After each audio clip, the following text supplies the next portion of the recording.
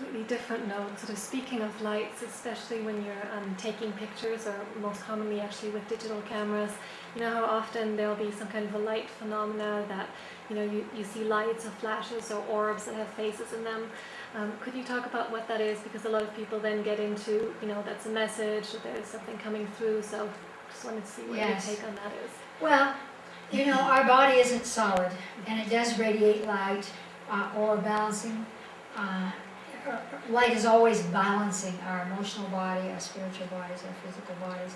And so when things are coming through pixels, you know, in that way, it is an opportunity to interpret that. And again, we are hungry in this world. Part of that sometimes falls into self-righteousness, you know, see, I knew I was the good guy. And what does that do for you? It helps you to be the good guy. It may or may not be true in terms of the camera, but there are funny things that happen. A friend of mine was at my house this last year, and she was out on a very blistering, windy, cold, gray day.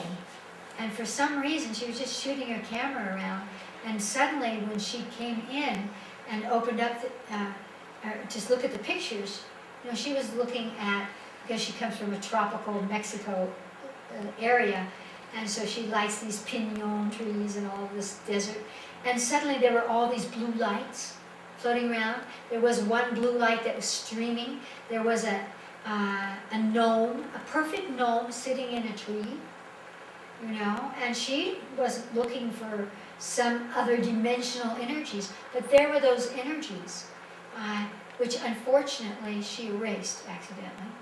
And of course I smile to myself and think, there is a story there. It isn't because she is spiritual or not spiritual, but it is that the unmanifest potential is always pushing us to focus our attention.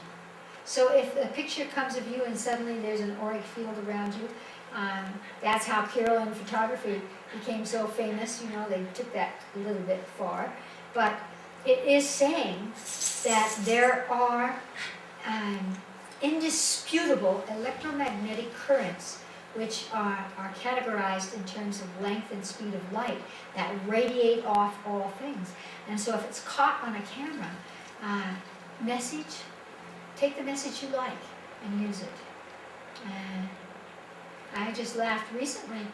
There was a picture of me sitting in a restaurant with some people, and we were having a conversation, and there's this mist of yellow all around me. Well, yellow is the color of consciousness and thought. So I was very busy thinking.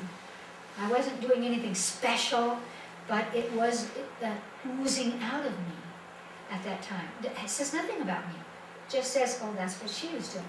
Probably the person that took a picture as I was unloading a thought. In other words, the energy was coming out from me into the world.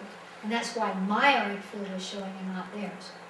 5 minutes later, their auric field might have been showing because of something they were pushing out to say to someone else.